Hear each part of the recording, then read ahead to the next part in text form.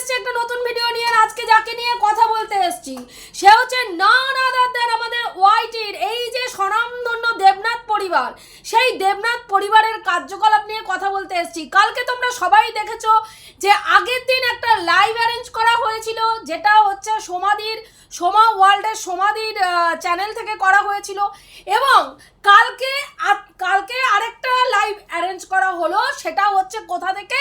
আমাদের ওয়াইটির যে কুলাঙ্গার যিনি আছেন চম্পা, তার আমাদের সেই চম্পা দিদির অ্যাকাউন্ট থেকে একটা লাইভ করা হলো, লাইভ অ্যারেঞ্জ করা হলো। কি না? Justice for Dishani.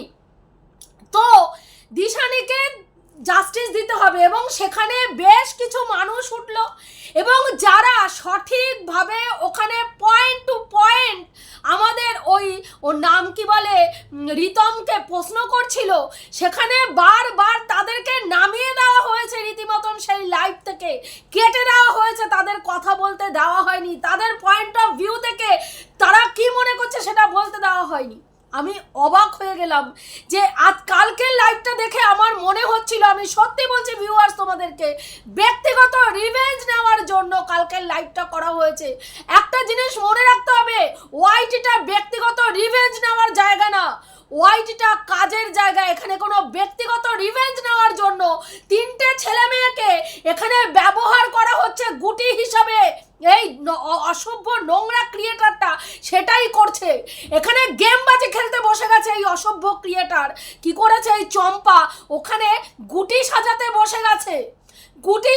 বসে গেছে যে এখানে কিভাবে গেমবাজি করা যাবে। আজকে তো আমার মনে হচ্ছে যেহেতু ঝিমি ওর মানে জাস্টের হাত ধরে ওই বাড়িতে গেছে, তাই ওনার গাত্রদাহ এত বেশি হয়েছে। ঝিমি যদি জাস্টের হাত ধরে না গিয়ে অন্য কারো হাত ধরে যেত, ওর মনে হয় এত সমস্যা হতো না। ঠিক সেম টু সেম ভাবে, যেমন ভাবে ওর নাম কি বলে আমাদের ওই সুতপা, যেমন ভাবে সুতপা ম্যান্ডির সঙ্গে দাঁড়িয়েছিল বলে পুরো ওয়াইটি ম্যান্ডির বিরুদ্ধে চলে গেছিল, আবার সেম ভাবে সেই ম্যান্ডি যখন নোংরামি করছিল পুরো ওয়াইটি ম্যান্ডির বিরুদ্ধে চলে গেল, এবং সেই ম্যান্ডি যখন ম্যান্ডির বিপক্ষে যখন সুতপা দাঁড়ালো, তখন কি হলো? পুরো ওয়াইটি ম্যান্ডির পক্ষে হয়ে গেল। ম্যান্ডির কার্যকলাপ কিন্তু তখনও চেঞ্জ হয়নি, আজকের ডেটেও চেঞ্জ হয়নি, কিন্তু পুরো ওয়াইটি কি হলো? ম্যান্ডির পক্ষে চলে গেল। কারণ কি? ব্যক্তিগত রিভেঞ্জ। সুতপাকে পছন্দ করি না, আজকেও সেম টু সেম সেই জিনিসটা করা হচ্ছে। জাস্টকে অনেকেই পছন্দ করে না, কিন্তু আজকে জাস্টকে পছন্দ করে না বলে শুধু সেই কারণের জন্য একটা মেয়েকে নিয়ে ছেলে খেলা করা হচ্ছে, এখানে ছেলে খেলা করা হচ্ছে একটা মেয়ের লাইফকে নিয়ে। আজকে প্রথম থেকে আজকে বারবার এই যে বলা হচ্ছে না যে জাস্ট উস্কেছে, এই ভণ্ডামিটা বন্ধ করুন ভণ্ডামিটা। সবার আগে যেদিনকে 11 মাস আগে ঝিমি যখন চলে এসেছিল, ঝিমি কি কারণে চলে এসেছিল?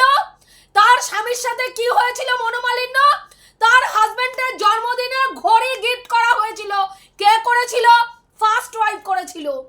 একটা ডায়েরি পেয়েছিল যেখানে তাদের প্রেম নিবেদনের গল্প লেখা ছিল, গোলাপ ছিল। কার ঘরে পাওয়া গেছিল? হ্যাঁ, রিতমের ঘরে পাওয়া গেছিল। তার বাবা কি বলেছিল? আমি ডায়েরিটা পড়ছিলাম। যখন ঝিমি সেকেন্ড বার যাওয়ার আগে প্রথম থেকে বারবার যে এই যে আপনারা বলছেন না যে দিশানিকে উস্কানো হয়েছে, ভাই দিশানি প্রথম থেকে ওদের সম্পর্কের মধ্যে ছিল। ঝিমি ওদের সম্পর্কের মধ্যে ঢোকেনি। মানে ঝিমি আর রিতমের সম্পর্কের মধ্যে এই মেয়েটি ঢুকেছে থার্ড পার্সন হিসাবে। ওদের সম্পর্কের মধ্যে কিন্তু ঝিমি ঢোকেনি, এটা আপনারা মাথায় ঢুকান। ঝিমি কিন্তু ওদের সম্পর্কে ঢোকেনি। যখন ওদের সম্পর্ক ছিল সেই সময় ঝিমি কোনো পাশেই ছিল না, হ্যাঁ, ফ্রেমেই ছিল না। ঝিমিকে প্রথম ওয়াইফকে ডিভোর্স করার পরে অনেক দিন পরে রিভেঞ্জ নেওয়ার জন্য হোক, বা তার প্রথম স্ত্রীকে জ্বালানোর জন্য হোক, বা তার প্রথম স্ত্রীকে কাছে আনার জন্য হোক, রিমিকে জাস্ট একটা গুটি হিসাবে ব্যবহার করা হয়েছিল। এবং প্রথম থেকেই রিমির ফুল সজ্জা ফুলসজ্জার দিনকেও এই ছেলেটি, শুনুন ভালো করে, রিমির ফুলসজ্জার দিনকেও এই ছেলেটি দেখা করেছিল তার এক্স ওয়াইফের সাথে। সেখানে কি করে বলছেন ওকে উস্কে ঢোকানো হয়েছিল। দ্বিতীয়বার যখন ঝিমি চলে আসলো, ঘন্টার পর ঘন্টা তার হাজবেন্ড বাথরুমে ঢুকে এই মেয়েটির সঙ্গে ফোন আলাপ করত। এবং এইসব ঘটনার অনেক আগে, যদি ভুলে না গিয়ে থাকেন, আমাদের ওর নাম কি বলে, হ্যাপি ফ্যামিলির যে দিদিভাই রয়েছেন, হ্যাঁ, সেই হ্যাপি ফ্যামিলির দিদিভাইয়ের বাড়িতে ডাকা হয়েছিল একটা কোনো অনুষ্ঠানে, স্কুলের কোনো একটা উদ্বোধনী অনুষ্ঠান বা কিছু একটাতে এই রিতমকে ডাকা হয়েছিল। এবং সেখানে গিয়ে তার ওই এক্স ওয়াইফের সঙ্গে ভিডিও কলিংয়ে কথা হয়েছিল। মায়াপুরের ঘটনা অনেক পরে এসছে, এগুলো তার আগের ঘটনা, আপনারা ভুলে গেলে তো চলবে না। কি করে বলছেন ওকে উস্কে এখানে ঢোকানো হয়েছিল? ও ওদের স্বামী স্ত্রীর মাঝখানে প্রথম থেকেই ঢুকে রয়েছে।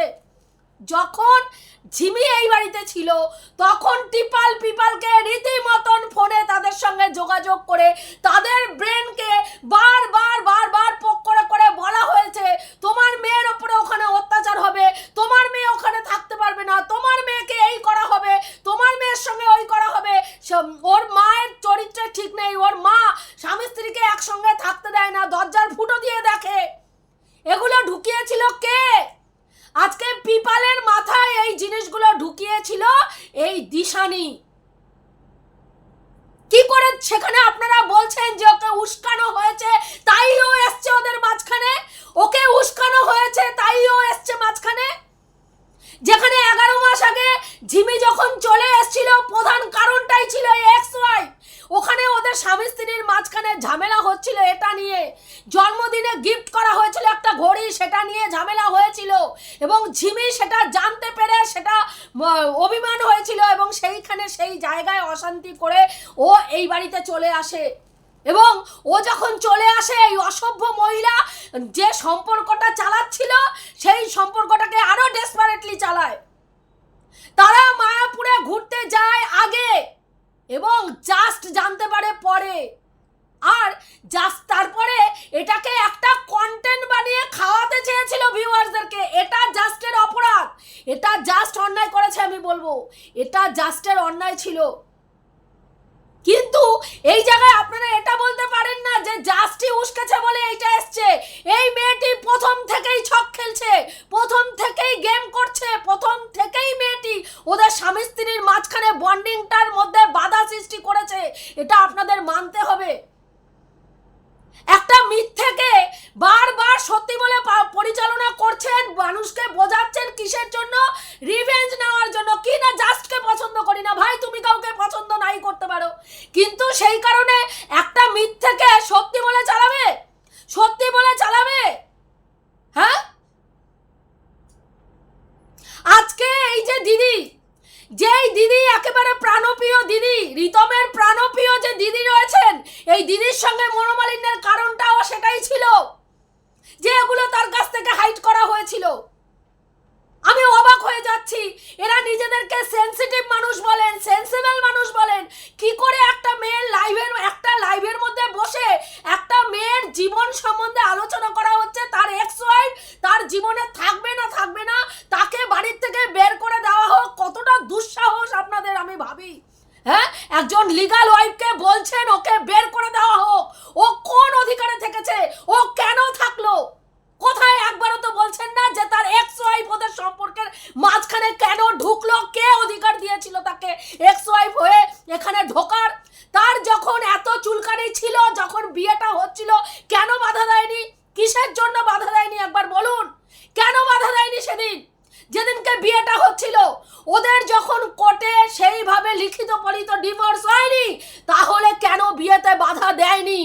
হ্যাঁ, আজকে এতগুলো বছর, 3 বছর থেকে এই সমস্যাটা চলছে, এতদিন পরে তার মনে হয়েছে সে লিগাল ওয়াইফ, এতদিন পরে মনে হয়েছে সে এক্স ওয়াইফ, তার ডিভোর্স হয়নি। ভণ্ডামি চলছে, এটা ভণ্ডামি চলছে।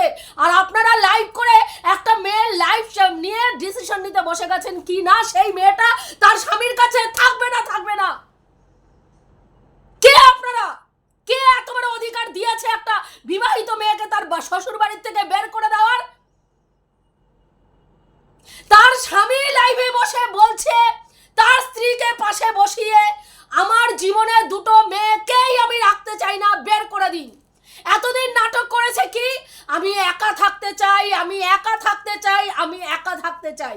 তারও আগে নাটক চলেছে কি, আমরা প্রজেক্ট করছি, তাই আমরা দুজনে একসঙ্গে কাজ করছি, প্রজেক্টের জন্য আমরা বিভিন্ন জায়গায় যাচ্ছি, হ্যাঁ, প্রমোশন মারাচ্ছি, হ্যাঁ, সেই জন্য বিভিন্ন জায়গায় জায়গায় হোটেলে গিয়ে বেড শেয়ার করছি বলে শুধু বন্ধু, আমরা শুধু বন্ধু, বারবার আঙুল তুলে যখন বলেছে এটা নোংরামি হচ্ছে, এটা বেলেল্লাপানা চলছে, আমরা শুধু বন্ধু, আমাদের মধ্যে বন্ধুত্ব ছাড়া কিছু নেই, আমি এখন বিয়ের কথা ভাবছি না। তারপরে সেই বন্ধু মারাতে মারাতে পুরীতে দীঘাতে গিয়ে প্রেগনেন্ট হয়ে গেলাম। আচ্ছা বলুন তো, প্রেগনেন্টটা মানুষ কখন হয়? কখন একটা মেয়ে প্রেগনেন্ট হয়? শারীরিক সম্পর্ক হলে, তাই তো? শারীরিক সম্পর্কটা কখন হয় একটা ছেলে মেয়ের মধ্যে? শুধু বন্ধুত্ব থেকে শারীরিক সম্পর্ক হয়? হ্যাঁ, কালকে যখন কিছু ভিউয়ার্স চেপে ধরেছে, তুমি কি করে বলছো তুমিও চলে গেছে বলে এত কষ্ট কেন পাচ্ছ? এতদিন দিশানিও বলেছে তুমি ওর বন্ধু, এতদিন তুমিও বলেছো তুমি ওর বন্ধু। পরিষ্কার করে বলো তোমাদের মধ্যে সম্পর্কটা কি? তখন গিয়ে আমাদের কুলাঙ্গার বলছেন, হ্যাঁ আমি ওকে ভালোবাসি। ভাবতে পারেন একটা স্ত্রীকে বসিয়ে রেখে তার হাজবেন্ড ইন্টারন্যাশনাল প্ল্যাটফর্মে বসে একজন এক্স ওয়াইফকে নিয়ে বলছে আমি তাকে ভালোবাসি, আমি আমার ওয়াইফকে চাই না, আমাকে আমার ওয়াইফকে আমার ঘাড়ে জোর করে গছিয়ে দিয়ে গেছে। অথচ কি জানা যাচ্ছে যে 4 দিনের মাথায় জিমি যে ওই বাড়িতে রয়েছে, 4 দিনের মাথায় তাদের মধ্যে শারীরিক সম্পর্ক যাওয়ার পরেই তাদের মধ্যে ফিজিক্যাল রিলেশন হয়েছে। একটা মেয়েকে প্রথম থেকে ভুল করছেন আপনারা। আজকে দিশানিকে কেউ ব্যবহার করেনি, দিশানি এবং রিতম দুইজনে মিলে প্রথম থেকেই ঝিমিকে ব্যবহার করে গেছে একটা গুটি হিসাবে। মেয়েটা অসহায়ের মতন তার স্বামীকে ভালোবেসে শুধুমাত্র তার স্বামীর পাশে থাকতে চেয়েছে। সে নোংরামি করছে, ঝিমি তাতেই সই। সে তার এক্স ওয়াইফকে নিয়ে গল্প করছে, ঝিমি তাতেই সই।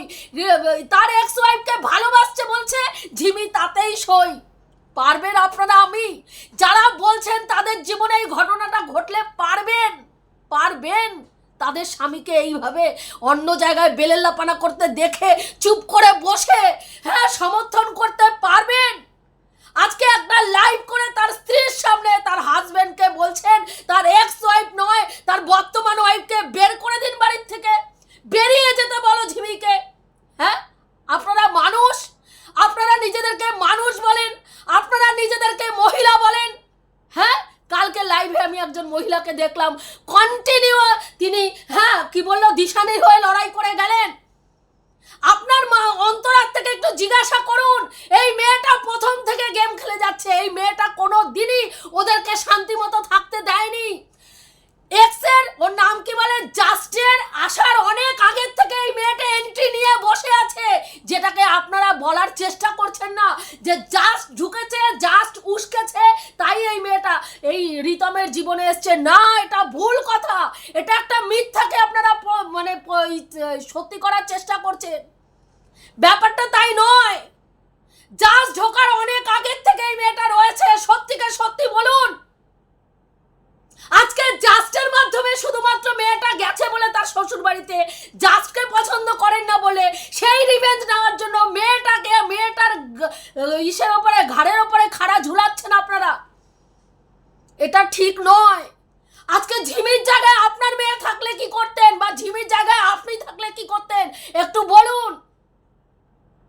জেনে শুনে একটা মেয়ে তার বিবাহিত স্ত্রী মনোমালিন্য হয়েছে, কাকে নিয়ে হয়েছে, তার এক্স ওয়াইফকে নিয়ে হয়েছে, মানে অন্য মহিলাদের নিয়ে হয়নি বা অন্য কোনো ইস্যু নিয়ে হয়নি। ইস্যুটা কি ছিল? ইস্যুটা ছিল এই ফার্স্ট ওয়াইফ, তার জন্মদিনের গিফট, তার ঘড়ি গিফট করেছিল, সেই গিফট নিয়ে ঝামেলা। এবং সেখানে একটা সামান্য জায়গায় কি দেখানো হয়েছিল, চেয়ারে জামা কাপড়, বাসি জামা কাপড় রাখা নিয়ে। কালকে আমাদের জাস্টের ভিডিওতে পরিষ্কার হয়ে গেছে ওরা কত অপরিষ্কার অপরিচ্ছন্ন। হ্যাঁ, একটা মেয়েকে 9 মাস, একটা অসুস্থ নার্ভের পেশেন্টকে 9 মাস ওষুধ ছাড়া রাখা হয়েছিল।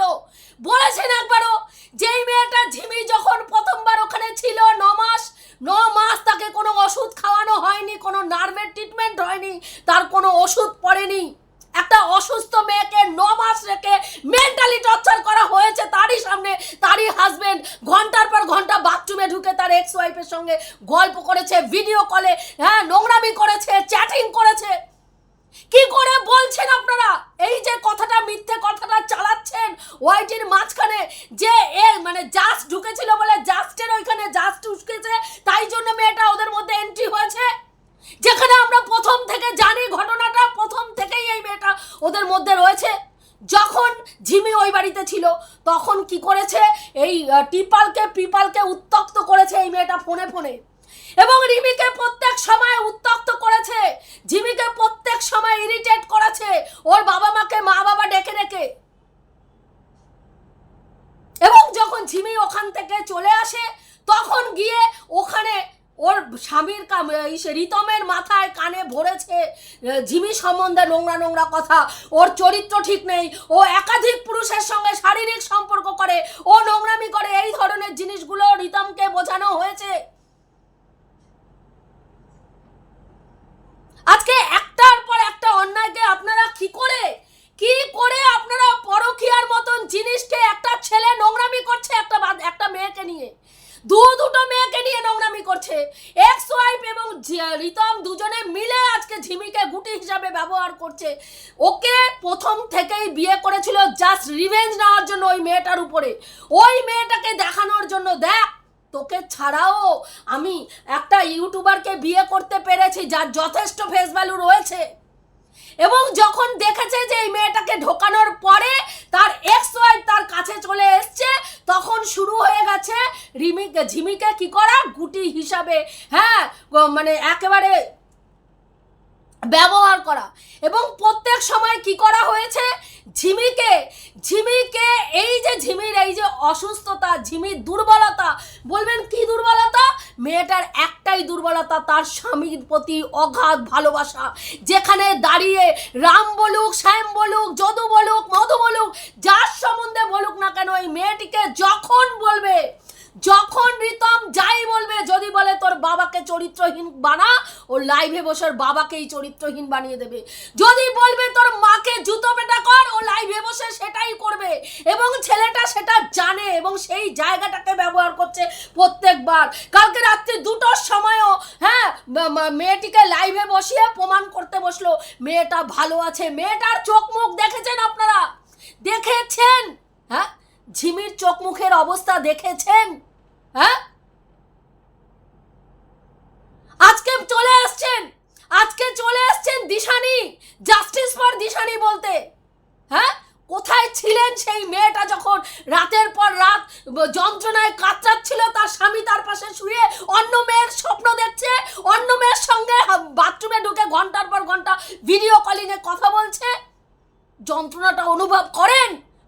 একটা মেয়ের যন্ত্রণা, তার স্বামীকে যেই মেয়েটা পাগলের মতন ভালোবাসে, সেই মেয়েটার সামনে তার স্বামী বেলে লাপানা করলে তার কি হয়? কতটা যন্ত্রণায় সে বাড়ির থেকে বেরিয়ে গেছিল 9 মাস আগে, অভিমান করে যে তার স্বামী যা কিন্তু যে ঘড়ি জন্মদিনের গিফট করেছে, ঘড়ি, হ্যাঁ, পরবর্তীকালে সেগুলো সত্যি প্রমাণ হয়েছে। ভিডিওগুলো গিয়ে একটু দেখে নেবেন একটু ভিডিওগুলো গিয়ে। এবং তারপরে কি হয়েছে, সেই মেয়েটার জীবনটাকে তছনছ করে দেওয়া হয়েছে। হ্যাঁ,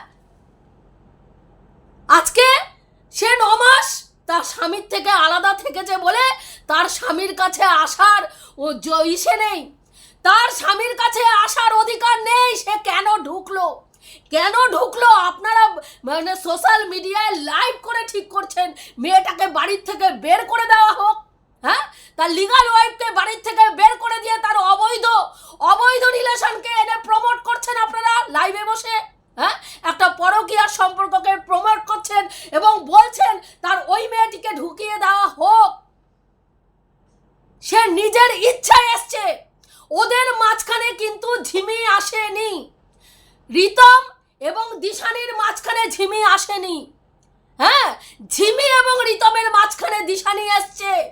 জাস্টিস ফর দিশানি কথাটা কেন আসছে? আজকে রিমির যে জীবনটা নষ্ট হয়ে গেছে এই দায়ভারটা কে নেবে বলতে পারেন? একটা লাইভের মধ্যে বসে ইন্টারন্যাশনাল প্ল্যাটফর্মে বারবার তার হাজবেন্ডের সামনে প্রমাণ বলছেন মেয়েটি পাগল। একটা পাগল মেয়েকে জোর করে চাপিয়ে দেওয়া হয়েছে।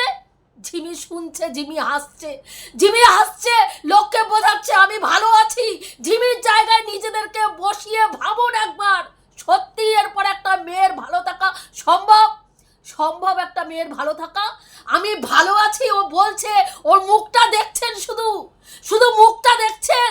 হ্যাঁ, মুখের থেকে কথাটা বেরোচ্ছে সেটা দেখছেন, ওর ফেসটা দেখেছেন? ও বাড়িতে থাকলে যেই ফেসটা থাকে সেই ফেসটা দেখতে পেয়েছেন ওই বাড়িতে যাওয়ার পরে? আজকে প্রতিনিয়ত প্রত্যেকটা মানুষের সঙ্গে 5 দিন ধরে ও অ্যাডজাস্ট করে যাওয়ার চেষ্টা করে যাচ্ছে।